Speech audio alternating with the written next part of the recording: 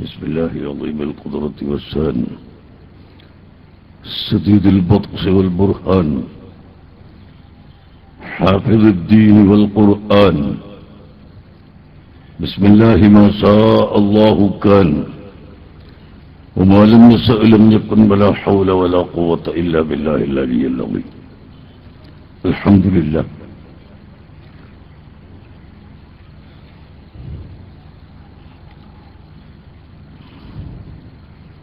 والصلاة والسلام على أشرف خلق الله سيدنا محمد وعلى آله وأصحابه أجمعين.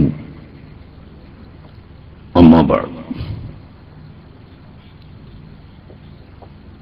أعوذ بالله من الشيطان الرجيم. بسم الله الرحمن الرحيم.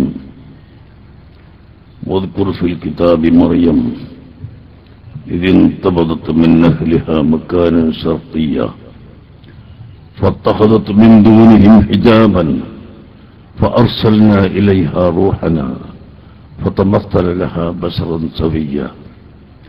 صدق الله العظيم وصدق وبلغ رسوله النبي الكريم ونحن على ذلك من الشاهدين الشاكرين والحمد لله رب العالمين.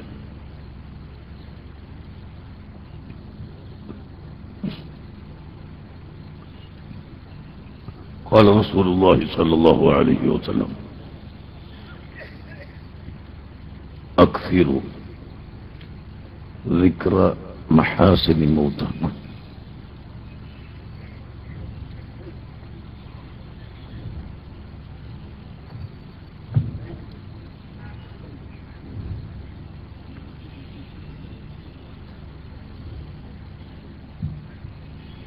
اللهم صل على سيدنا محمد وعلى آله وأصحاب سيدنا محمد. يا صاحب الوقت جبهتي تحت نعالكم أعظ بكم نيابة عنكم. اللهم ما قدرت لنا من خير وشرعنا فيه بتوفيقك وتيسيرك. സഹോദരങ്ങൾ, സുഹൃത്തുക്കളെ,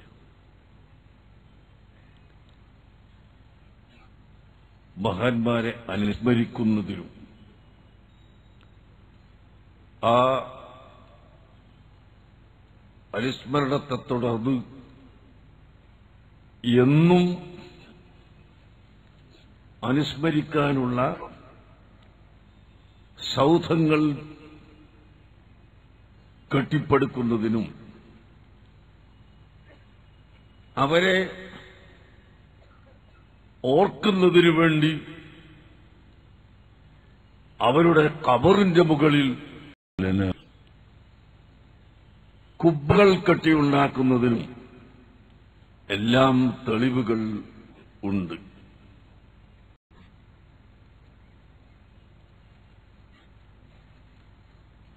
എല്ലാവർക്കും അറിയാം, അസ്ഹാബുൽ കഹ്ഫിന്റെ ചരിത്രം. അസ്ഹാബുൽ കഹ്ഫ്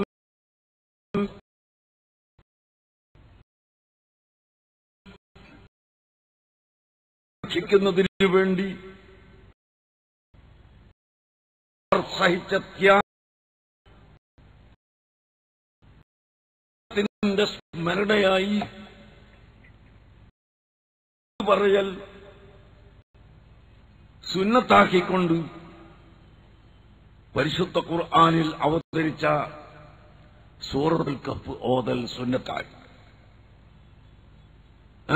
കഹ്ഫ് സൂറത്തിൽ പറഞ്ഞ അസ്ഹാബുൽ കഹ്ഫിന്റെ ത്യാഗത്തിന്റെ, ബുദ്ധിമുട്ടുകളുടെ, കട്ടപ്പാടുകളുടെ പേരിൽ ഈമാനും തൗഹീദും ഇവിടെ നിലനിന്നു എന്ന് അറിയിക്കുന്നതിനു വേണ്ടി ലനത്തഖിദൻ അലൈഹിം മസ്ജിദ പരിശുദ്ധ ഖുർആൻ തന്നെ പഠിപ്പിച്ചാണ് അസ്ഹാബുൽ കഹ്ഫിന്റെ ആ മക്ബറയുടെ നേരെ മുകളിൽ പള്ളി നിർമ്മിച്ചു.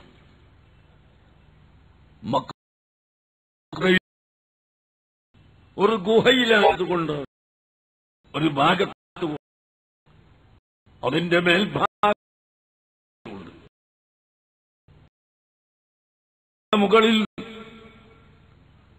പള്ളിയെടുത്താൽ താഴോട്ടും അത്രയും ഉറപ്പുള്ള പാറക്കല്ലുകളാണ്. അതുകൊണ്ട് അസ്ഹാബുൽ കഹ്ഫിന്റെ ഖബറിന്റെ നേരെ മുകളിൽ പള്ളി നിർമ്മിച്ചു. ആ പള്ളി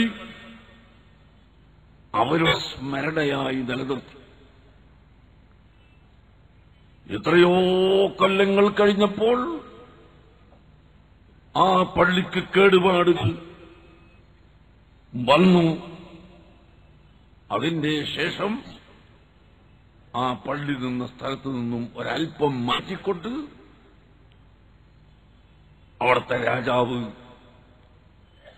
സ്മരണക്കായി പള്ളി വീണ്ടും നിർമ്മിക്കുകയുണ്ടായി. ഇപ്പോഴും ആ പള്ളി നിങ്ങൾക്ക് പോയി നോക്കിയാൽ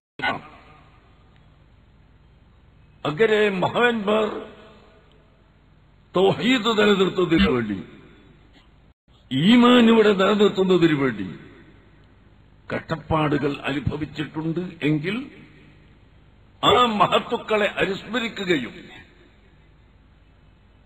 അവരെ പ്രശംസിക്കുകയും പ്രകീർത്തിക്കുകയും ചെയ്യുന്നത് ഇസ്ലാമിക ദൃഷ്ട്യാ അംഗീകരിക്കപ്പെട്ടതും അനിവാര്യമായി പഠിപ്പിച്ചിട്ടുള്ളതും ആണ്. സൂറത്തുൽ ലുഖ്മാൻ എല്ലാവർക്കും പരിചയമാണ്. വഇദ് ഖാല ലുഖ്മാനു ലിബ്നിഹി യാ ബനിയ്യ ലാ തുശ്രിക് ബില്ലാഹ് എന്ന് തുടങ്ങി ലുഖ്മാനുൽ ഹക്കീം തന്റെ മകനോട് ചെയ്ത ഉപദേശവും നിർദ്ദേശവും അനുസ്മരിപ്പിച്ചുകൊണ്ട് പരിശുദ്ധ ഖുർആൻ തന്നെ നമുക്ക് പഠിപ്പിച്ചു. ഇത് മരണപ്പെട്ടവരെ അനുസ്മരിക്കലാണ്.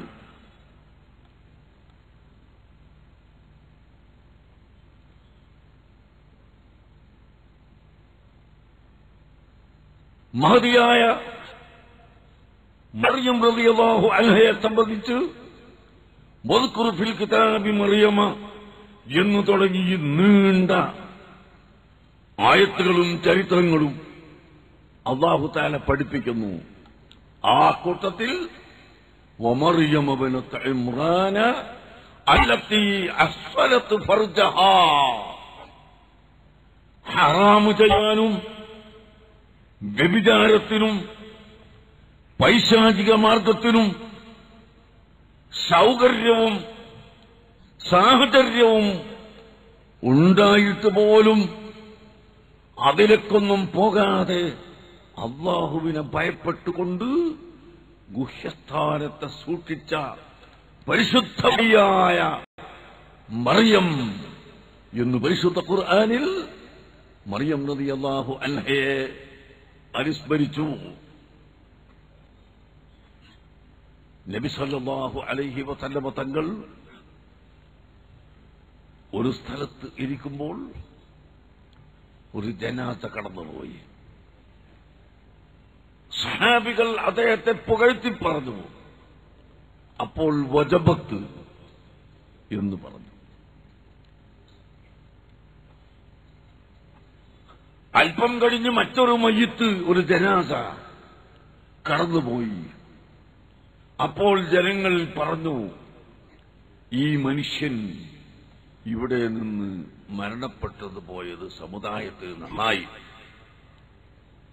ജനങ്ങൾ രക്ഷപ്പെട്ടു. അപ്പോഴും അല്ലാഹുവിന്റെ ഹബീബ് പറഞ്ഞു വജബത്ത് വജബത്ത് എന്ന്. സഹാബത്തിന് തിരിഞ്ഞില്ല. എന്താണ് വജബത്ത്? മാ വജബത്ത് യാ റസൂലല്ലാഹ്, എന്താണ് സ്ഥിരപ്പെട്ടു സ്ഥിരപ്പെട്ടു ഉറച്ചു ഉറച്ചു എന്ന് പറഞ്ഞത്? അല്ലാഹുവിന്റെ ഹബീബ് പറഞ്ഞു, ഒന്നാമത്തെ ജനാസയുടെ പേരിൽ നിങ്ങൾ മദ്ഹ് പറഞ്ഞു, പുകഴ്ത്തി പറഞ്ഞു. അതുകൊണ്ട് അല്ലാഹു അത് സ്വീകരിക്കുകയും അദ്ദേഹത്തിന് സ്വർഗം സ്ഥിരപ്പെടുകയും ചെയ്തു. രണ്ടാമത്തെ മനുഷ്യനെ നിങ്ങൾ മോശമായി പറഞ്ഞു, അദ്ദേഹം മോശപ്പെട്ടവനായതുകൊണ്ട് തന്നെ, പക്ഷേ അതും സ്ഥിരപ്പെട്ടു പോയി, അദ്ദേഹത്തിന് നരകം സ്ഥിരപ്പെട്ടു പോയി. എന്നിട്ട് അല്ലാഹുവിന്റെ ഹബീബ് പറയുന്നു, നിങ്ങൾ ആരുടെയും മോശം പറയരുത്, പഠിപ്പിച്ചു കൊടുക്കുക. മോശമുണ്ടെങ്കിൽ പോലും മരിച്ചുപോയതിന്റെ ശേഷം നിങ്ങൾ അത് പറയരുത്. നിങ്ങൾ നല്ലത് മാത്രം പറയുക. മരിച്ചുപോയവരുടെ നന്മകൾ മാത്രം പറയുക. അല്ലാഹുവിന്റെ ഹബീബ് സഹാബത്തിന് പഠിപ്പിച്ചു, ലോകത്തിന് പഠിപ്പിച്ചു. എന്നാൽ നാം ഇന്ന് അനുസ്മരിക്കുന്ന ബഹുമാനപ്പെട്ട താജുൽ ഉലമ السيد عبد الرحمن البخاري رحمة الله عليه ونفعنا به,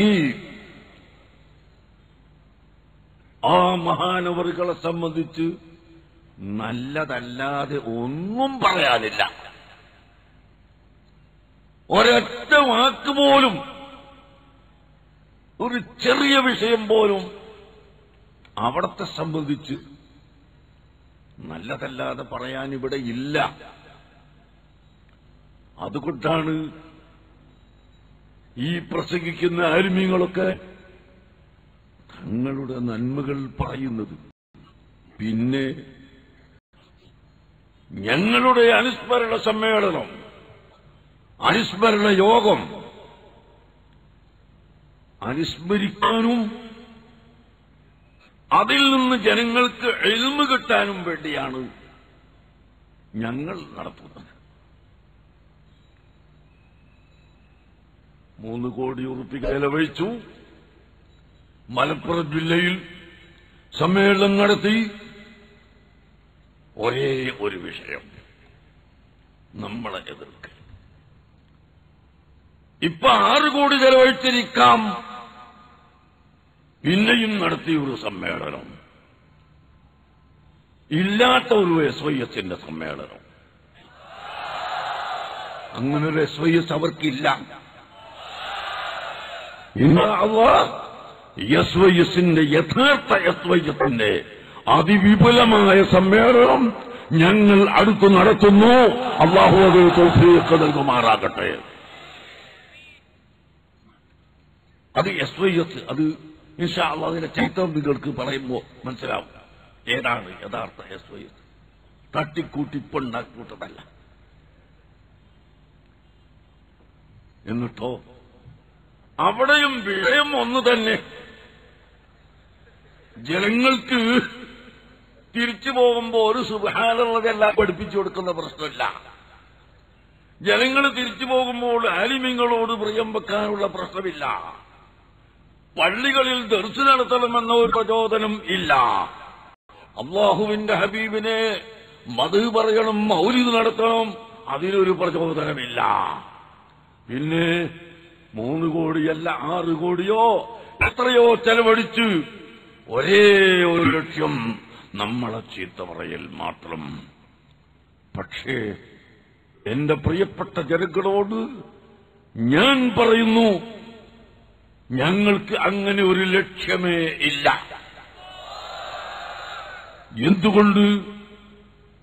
പരിശുദ്ധ ഖുർആൻ നമ്മളെ പഠിപ്പിക്കുന്നു,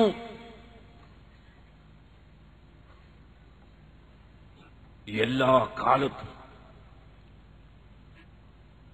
എല്ലാ നബിമാർക്കും ശത്രുക്കൾ ഉണ്ടായിട്ടുണ്ട്.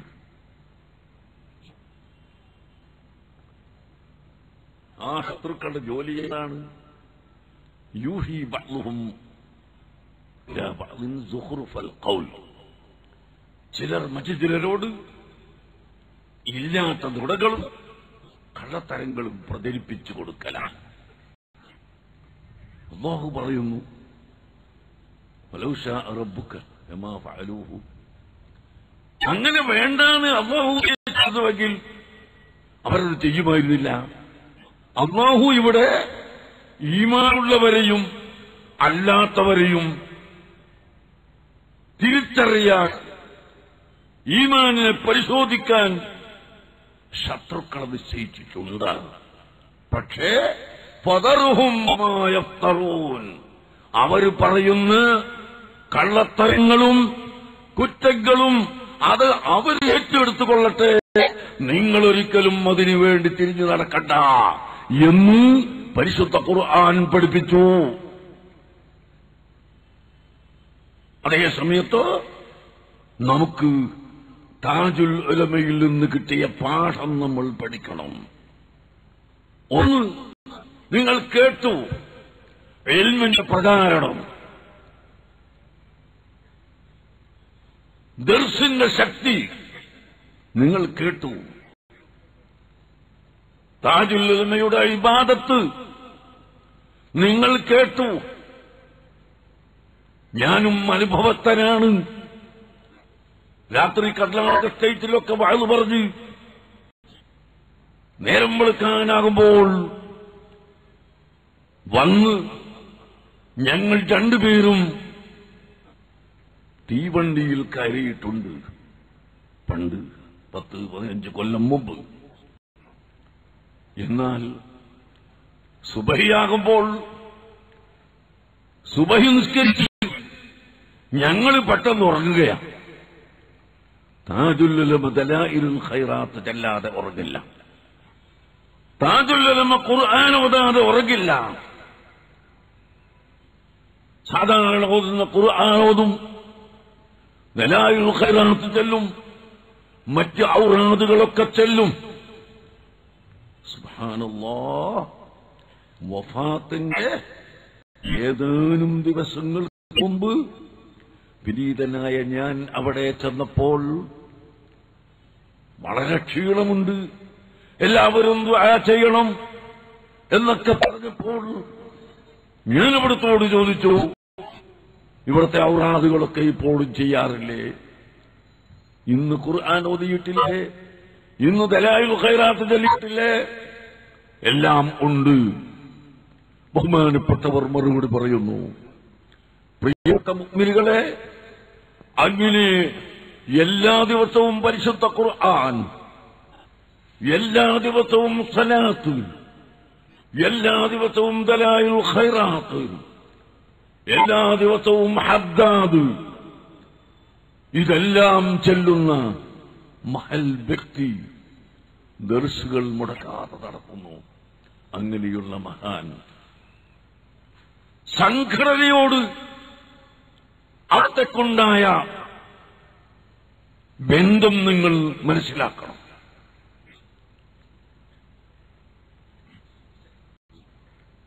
സമത്വകയുടെ ജമിയത്തുലമയുടെ കീഴ്ഘടകമായി പ്രവർത്തിച്ചു വരുന്ന സമത്വ കേരള സുന്നി യുവജന സംഘം, അതിന്റെ ഒരു സമ്മേളനം എറണാകുളത്ത് വെച്ച് നടത്താൻ തീരുമാനിച്ചു. നിങ്ങൾക്കൊക്കെ അറിയുന്നതാണ്.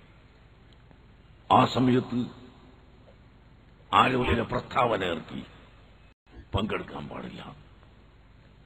താജുൽ ഉലമ എന്താണ് ചെയ്തത്? അന്ന് സമസ്ത ആയിട്ടൊന്നുമില്ലല്ലോ. താജുൽ ഉലമ നേരിട്ട് അവിടുത്തെ ഗുരുനാഥനായ കണ്ണിയത്ത് അഹമ്മദ് മുസ്ലിയാർ നവറല്ലാഹു മർഖദഹു മഹാനവറുകളുടെ അടുക്കൽ പോയി.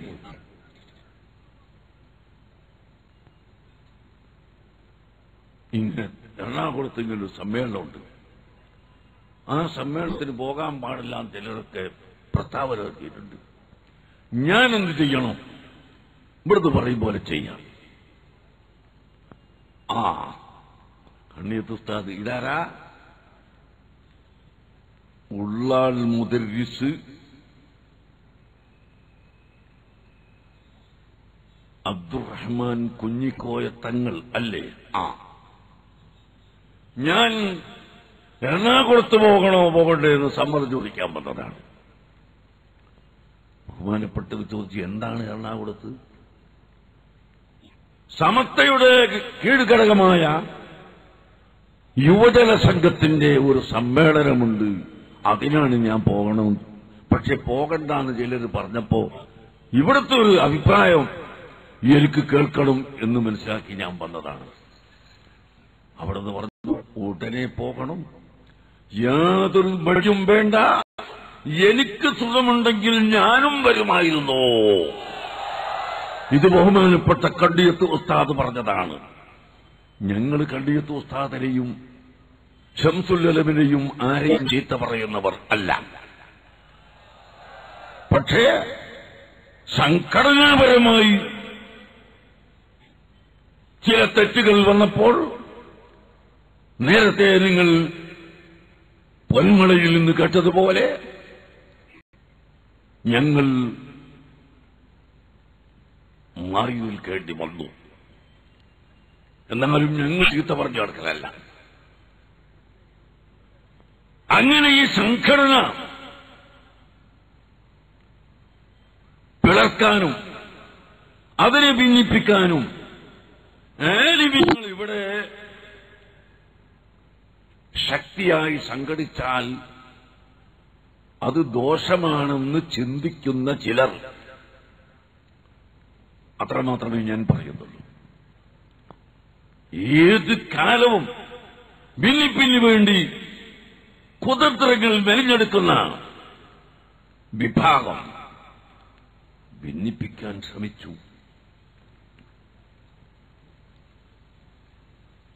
ആ സമയത്ത്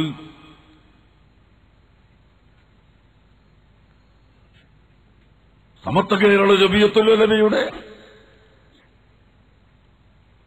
ജനറൽ ബോഡി വിളിക്കണം എന്ന് പറഞ്ഞ് ചിലർ കോടതിയെ സമീപിച്ചു, മുശാവറ യോഗം വിളിച്ചു.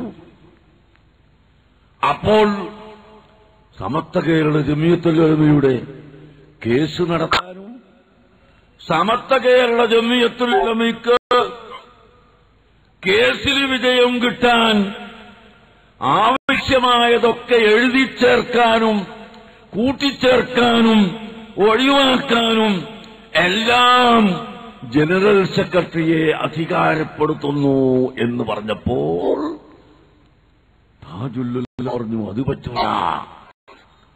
സമസ്ത കേരള ജമിയത്തുൽ ഉലമയ്ക്ക് ഒരു നയമുണ്ട്. ആ നയം ഒരിക്കലും ഭേദഗതി വരുത്താൻ പറ്റില്ല, അത് മാറ്റത്തിരുത്തലുകൾ ചെയ്യാൻ പറ്റില്ല. അതുകൊണ്ട് അത് മാറ്റാനും തിരിക്കാനും ഇഷ്ടം പോലെ ചെയ്യാൻ ഒരു വ്യക്തിയെ ഞങ്ങൾ അനുവദിക്കുകയില്ല. സമസ്ത ആ പഴയ ലക്ഷ്യത്തിൽ തന്നെ നിൽക്കണം. എന്തിനാണ് നമ്മുടെ പൂർവികന്മാർ വളരെ കഷ്ടപ്പെട്ടുകൊണ്ട് സമസ്ത കേരള ജമിയത്തുൽ ഉലമ ഇവിടെ ഉണ്ടാക്കിയത്? അതേ ലക്ഷ്യം ഒരിക്കലും വ്യതിയാനം വരുത്താതെ പരിപൂർണമായി ഇവിടെ നിലനിർത്തുക തന്നെ ചെയ്യും. അതിനെതിരായി രേഖകൾ എഴുതിയുണ്ടാക്കാൻ ഒരു വ്യക്തിയെ മാത്രം ഏൽപ്പിച്ചാൽ അത് അനുവദിക്കുകയില്ലെന്ന് പറഞ്ഞപ്പോൾ ആകെ ഉണ്ടായിരുന്ന 23 മറ്റോ ആളുകളാണ് അന്ന് ഉള്ളത്. ഉള്ളതിൽ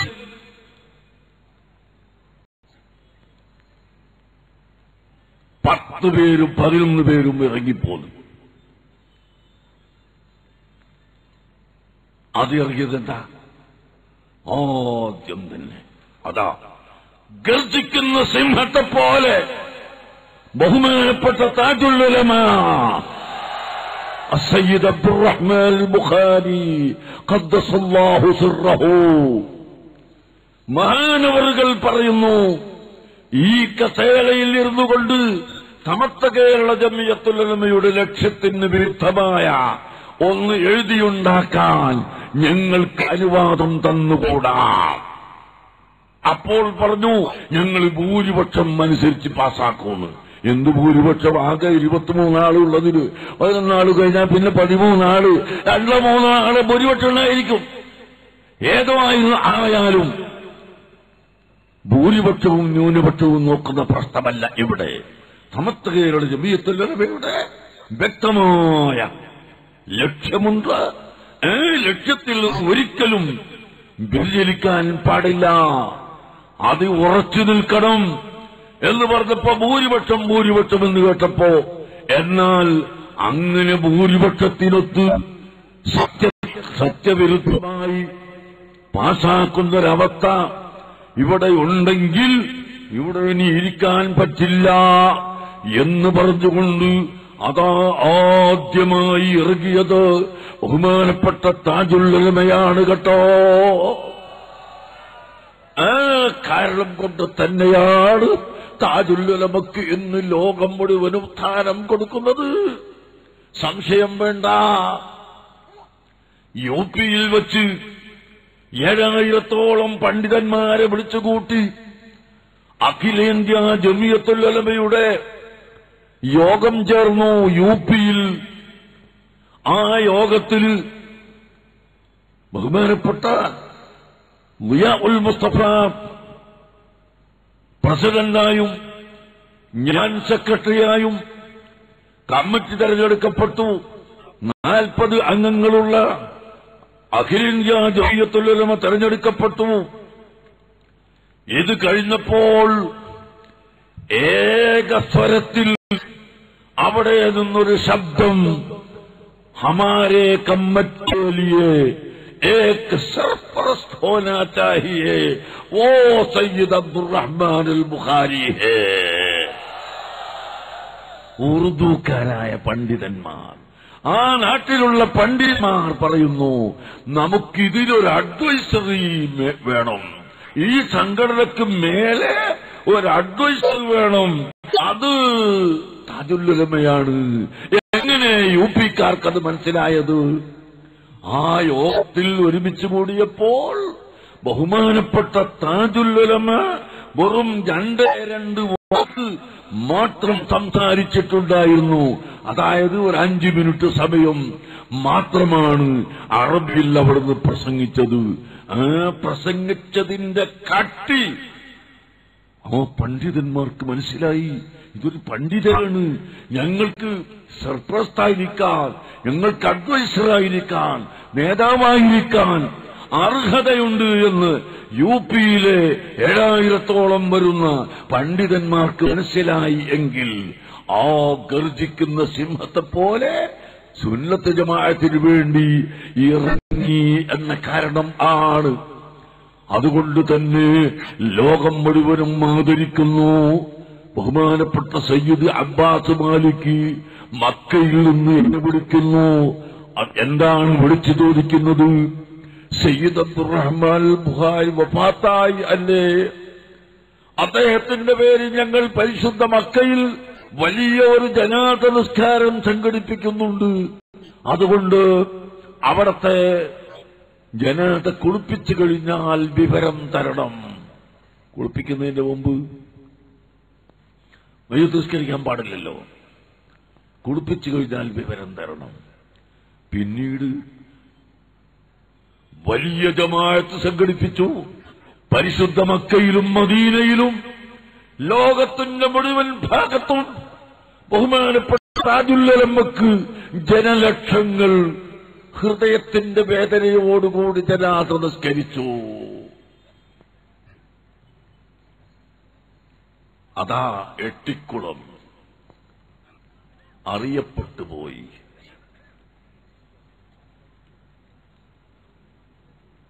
അറിയപ്പെട്ടുപോയി. എങ്ങനെ? വൈകുന്നേരം അവിടുന്ന് വഫാത്തായി എന്ന വിവരം ലഭിക്കുമ്പോൾ പിന്നെ തിരിഞ്ഞു നോക്കാതെ ജനങ്ങളുടെ വരവായില്ലേ. ഞാൻ അവിടെ എത്തുമ്പോൾ പോകുന്ന വഴിക്ക് ഒരു അമ്പലത്തിന്റെ പരിപാടി നടക്കുക. അപ്പൊ ഇവിടെ വലിയ ബുദ്ധിമുട്ടാണ്, ബ്ലോക്കായി പോകും എന്ന് കരുതി ഞാൻ വേറെ വഴിക്ക് പോയി. പിന്നെ കേട്ടുനോക്കുമ്പോ അവരൊക്കെ അത് നിർത്തിവെച്ചു. അവിടുത്തെ ഹിന്ദുക്കൾ നിർത്തിവെച്ചു. താജുല്ലബക്ക് വേണ്ടി ഞങ്ങളുടെ പരിപാടി നിർത്തിവെച്ചു. വാഹനങ്ങൾ പോകാൻ സൗകര്യം ചെയ്തു കൊടുക്കണം. എന്നിട്ട് അവസാനം 12 കിലോമീറ്റർ 15 കിലോമീറ്റർ ദൂരമെത്തിയപ്പോൾ വാഹനം നീങ്ങില്ല. اللهم حوالينا ولا علينا اللهم حوالينا ولا علينا اللهم حوالينا ولا علينا اللهم حوالينا ولا علينا يا أرحم الراحمين اللهم حوالينا ولا علينا يا أرحم الراحمين يا أرحم الراحمين يا أرحم الراحمين ارحم بنا يا رؤوف المساكين. പ്രിയപ്പെട്ട സഹോദരങ്ങളെ, ഒരല്പസമയം ഇൻഷാ അല്ലാഹ് അല്ലാഹു കണക്കാക്കിയതൊക്കെ ഉണ്ടാവും.